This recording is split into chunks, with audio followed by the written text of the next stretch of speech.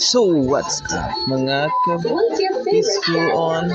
Dito na naman tayo sa ating munting bahay kung saan ako'y naman ay maghiligpit ng mga gamit.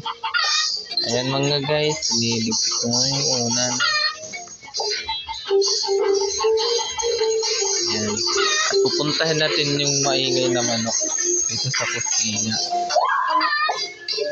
May maingay kasi dito.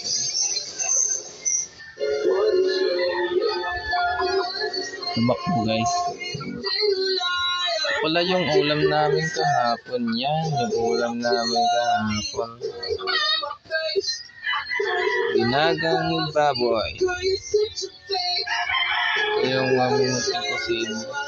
Ano naman yung hugasan ko mamaya. Ay, nako talaga. Ito na naman ang aming munting kusina. Ayan guys.